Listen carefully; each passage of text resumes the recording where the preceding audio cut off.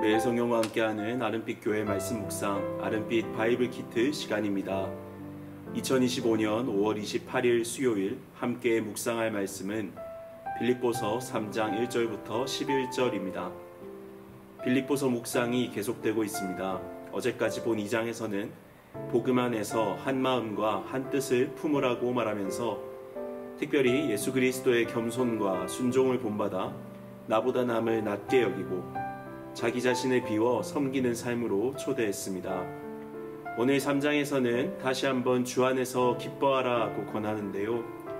바울이 말하는 주 안에서의 기쁨, 그 기쁨이 어떻게 우리의 삶을 바꾸고 우리의 자랑과 기준을 새롭게 하는지 함께 말씀을 읽고 묵상해 보도록 하겠습니다. 끝으로 나의 형제들아 주 안에서 기뻐하라. 너희에게 같은 말을 하는 것이 내게는 수고로움이 없고 너희에게는 안전하니라. 개들을 삼가고 행악하는 자들을 삼가고 몸을 상해하는 일을 삼가라. 하나님의 성령으로 봉사하며 그리스도 예수로 자랑하고 육체를 신뢰하지 아니하는 우리가 곧 할례파라. 그러나 나도 육체를 신뢰할 만하며 만일 누구든지 다른 이가 육체를 신뢰할 것이 있는 줄로 생각하면 나는 더욱 그러하리니 나는 8일 만에 할례를 받고 이스라엘 족속이요 베냐민 지파요 히브리인 중에 히브리인이요 율법으로는 바리새인이요 열심으로는 교회를 박해하고 율법의 의로는 흠이 없는 자라.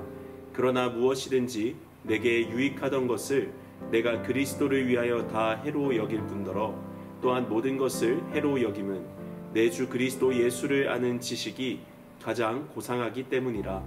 내가 그를 위하여 모든 것을 잃어버리고 배설물로 여김은 그리스도를 얻고 그 안에서 발견되려 함이니 내가 가진 의는 율법에서 난 것이 아니요 오직 그리스도를 믿음으로 말미암은 것이니 곧 믿음으로 하나님께로부터 난 의라. 내가 그리스도와 그 부활의 권능과 그 고난에 참여함을 알고자 하여 그의 죽으심을 본받아 어떻게 해서든지 죽은 자 가운데서 부활에 이르려 하노니. 1절입니다. 끝으로 나의 형제들아 주 안에서 기뻐하라. 너희에게 같은 말을 쓰는 것이 내게는 수고로움이 없고 너희에게는 안전하니라. 바울은 반복을 통해 그들에게 기뻐하라 권하는 말이 성도를 굳건히 세우는 안전장치라고 말합니다. 결국 위기 속에 흔들릴 수 있는 빌립보 교회에게 필요한 것은 주 안에서의 기쁨이라는 것을 상기시키는 것입니다. 그렇다면 바울이 말하는 주 안에서 기뻐하라는 말은 어떤 의미일까요? 이어지는 2절부터 보겠습니다. 2절부터 어조가 전환됩니다. 개들을 삼가고 행악하는 자들을 삼가고 몸을 상해하는 일을 삼가라. 거짓 교사들에 대한 강한 경고입니다. 바울은 율법과 육체를 자랑하며 이방인 그리스도인들에게 할례를 강요하는 유대주의자들을 개들이라 부릅니다. 유대인 중 그리스도인으로 개종한 자들의 일부였을 텐데요. 그들은 회심 이후에도 이방인 그리스도인들에게 할례의 중요성을 강조했고 자신들의 유대인으로서의 자격을 자랑했습니다. 여기서 개들이라는 표현은 유대인이 이방인을 비하할 때 쓰던 표현입니다. 바울은 유대인이 이방인을 개들이라고 경멸했던 것과 같이 이 표현의 주어와 객체를 거꾸로 돌리면서 바울은 진짜 하나님의 백성이 누구인지 다시 정의하며 알려줍니다.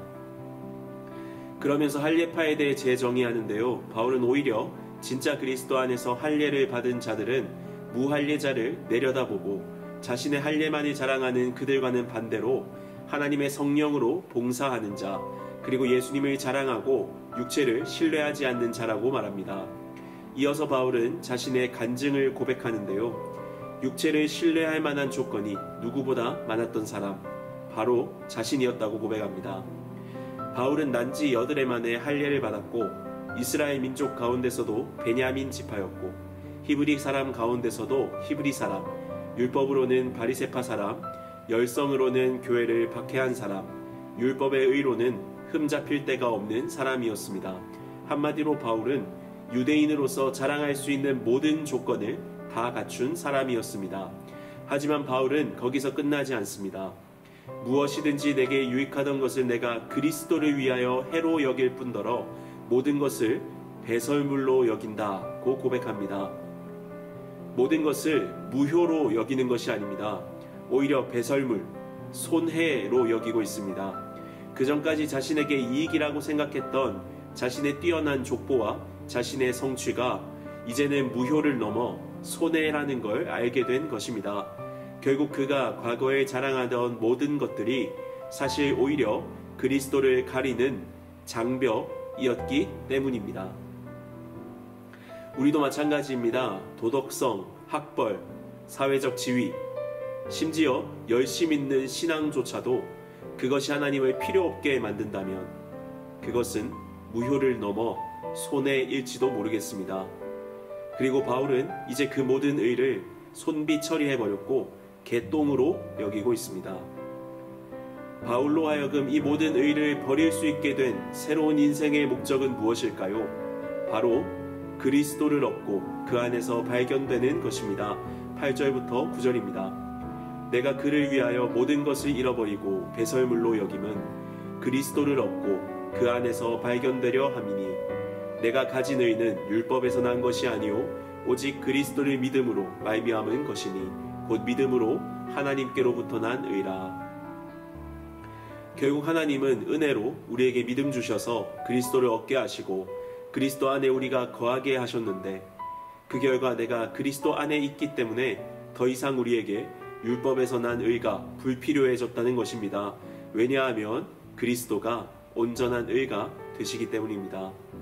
바울은 이미 빌립보서 2장 5절부터 11절까지 그리스도의 죽음과 부활을 이야기하며 그 마음을 품자고 권면한 바 있습니다.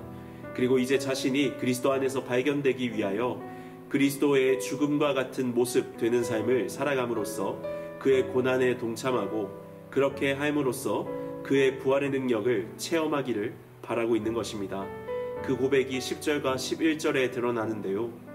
그리스도를 얻고 그 안에서 발견되는 일을 위해 어떻게든 그리스도의 죽음과 부활에 동참하겠다며 자신의 믿음의 열심을 다짐합니다. 여러분, 우리가 그리스도 안에 있다는 것이 얼마나 큰 선물인지 모릅니다. 사도 바울은 그의 13편의 편지 중에 그리스도 안에서 라는 말을 적어도 166번 사용하면서 자신을 그리스도 안에 있는 사람이라는 정체성으로 바라봅니다. 저는 고향이 부산인데요. 부산 사람들은 지역 자부심이 아주 강합니다. 저도 고향 이야기가 나오면 눈빛이 반짝거리고 바다는 역시 광안리지. 밀면 안 먹어봤으면 말을 마라. 국밥은 돼지국밥이지 무슨 순대국밥이야 하며 부산에 대한 자부심이 폭발할 때가 있는데요. 이처럼 많은 부산 사람들은 단순한 애향심을 넘어 부산을 자기 삶의 일부로 여기며 살아가는 것 같습니다. 그리스도 안에서라는 말도 이와 같은 것 같습니다. 내가 그리스도 안에 있는 사람이라는 것은 우리의 삶 전체가 그리스도께 속해 있다는 것입니다. 나의 정체성이 그리스도로부터 규정된다는 사도 바울의 믿음의 고백인 것입니다. 결국 그리스도 안에라는 표현은 내가 누구의 것인가 라는 것에 대한 답을 주는 것입니다. 갈라디아서 3장 26절부터 27절은 이렇게 이야기합니다. 너희가 다 믿음으로 말미암아 그리스도 예수 안에서 하나님의 아들이 되었으니 누구든지 그리스도와 합하기 위하여 세례를 받은 자는 그리스도로 옷 입었느니라. 바울은 그리스도 예수 안에 있는 우리가 이미 그리스도로 옷을 입었다고 말합니다. 만약 어떤 사람이 있는데 잘 씻지 않아 몸이 더럽고 때가 꼈습니다. 그런데 그 사람에게 머리부터 발끝까지 깨끗한 새 옷, 명품 옷으로 치장을 한다고 하면 다른 사람들은 그 사람의 몸이 더럽다는 것을 알지 못할 것입니다. 오히려 깨끗하게 여길 것입니다. 마찬가지입니다. 그리스도를 믿는 사람들은 비록 죄로 더러워진 몸을 가지고 있을지라도 예수 그리스도를 옷으로 입었기 때문에 사람들뿐 아니라 하나님께서 우리를 예수님만큼 의롭고 깨끗하다고 하십니다. 예수님의 순종이 나의 순종이 되었고 그분의 의가 나의 의가 된 것입니다. 결국 예수 그리스도의 고난과 부활로 이루어진 그분의 의가 우리에게 온전히 전가된 것입니다. 고린도전서 15장 22절입니다. 아담 안에서 모든 사람이 죽은 것 같이 그리스도 안에서 모든 사람이 삶을 얻으리라. 그리스도 안에 있는 우리는 내가 비록 죄인일지라도 나와 연합하신 그리스도가 강하시기에 내가 비록 더러울지라도 나의 옷이 되신 그리스도가 깨끗하시기에 진정한 가치를 지닌 인생을 살아갈 수 있습니다. 그리스도인으로 살아간다는 것, 어쩌면 세상이 말하는 바보 같은 일일지도 모르겠습니다. 그렇지만 그리스도 안에서 내 정체성을 발견한다면 우리의 삶, 가치 있습니다. 우리의 인생은 우리를 창조하신 그리스도 안에 있을 때에만 비로소 가치 있습니다. 그리고 그리스도 안에 있을 때에만 우리가 세워가는 자존심, 우리가 세상에 근거하고 살아가는 삶의 근거, 또 우리가 세상의 방향을 따라가는 삶의 방향이 더 이상 우리에게 아무 상관없게 되어집니다. 그리고 그때에야 우리는 나보다 남을 낮게 여기고 섬기는 자로 살아갈 수 있습니다. 그의 죽으심을 본받고 그가 죄인을 위해 죽으셨듯이 가난하고 병들고 약한 사람들, 죄인들을 위해 스스로 희생하셨듯이 우리의 모든 삶을 헌신하고 주님이 다시 오시는 그날 그분이 부활하셨듯이 부활의 영광에 참여하는 것이 우리 삶의 목표가 되게 될 것입니다. 소설 어린 왕자의 여우의 한 대사로 오늘 바이블 키트를 마무리하려고 합니다. 만약 네가 오후 4시에 온다면 난 3시부터 행복해지기 시작할 거야. 그리고 시간이 지날수록 더욱더 행복해질 거야. 바울이 말하는 주 안에서의 기쁨이 여기 있습니다. 그리스도인은 3시부터 행복한 사람입니다. 우리는 그리스도 안에서 그리스도를 얻었고 부활의 영광에 이르게 될 것이기 때문입니다. 우리의 오늘 여전히 고되고 고통스러운 일 있겠지만 이 고난 끝에 부활의 기쁨이 우리를 기다리고 있다는 이 사실이, 그리고 그 기쁨에 참여하기 위해 필요한 모든 일가 그리스도 안에서 다 이루어졌다는 이 사실이 오늘 하루를 고난 속에서도 발버둥 치지 않고 기뻐하며 살아갈 힘 되지 않겠습니까? 세상 사람들은 요란하게 인생의 슬픔과 공허를 극복하려 노력합니다. 가지지 못한 것을 잡기 위해 안간힘을 쓰며 살아갑니다. 그러나 그런 것들은 불꽃놀이와 같습니다. 화려하고 시끄럽지만 곧 사라집니다. 하지만 그리스도인들은 화로에 핀 숯불을 가슴에 품고 삽니다. 눈에 보이는 불꽃은 작아서 방안을 제대로 밝히지도 못하지만 고요하게 긴긴 밤을 이기며 온기를 유지합니다. 죽은 것 같아도 살아있고 슬퍼하는 것 같아도 끝내 사라지지 않는 기쁨을 쥐고 살아갑니다. 여러분, 눈물 나더라도 절망하지 마십시오. 눈을 들어 동쪽 하늘을 바라보며 새벽이 오고 있음을 기억하십시오. 기뻐하십시오. 주님이 곧 오십니다. 함께 기도하겠습니다. 살아계신 하나님, 그리스도 안에 있다는 것이 얼마나 큰 은혜인지 믿음으로 고백합니다. 우리의 오늘 그리스도 안에 있음을 내 정체성으로 삼고 슬프고 절망스럽더라도 소망이 있음을 기억하게 하옵소서. 패배한 것 같은 상황이 눈앞에 펼쳐질지라도 내 인생 이미 승리하신 예수와 함께 승리했음을 기억하게 하옵소서.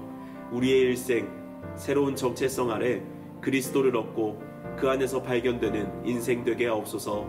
그것이 우리의 유일한 목표 되게 하옵소서. 이 기쁨 가지고 부활의 영광을 소망하며 오늘도 믿음으로 살아갈 힘 주옵소서. 예수님의 이름으로 기도합니다. 아멘.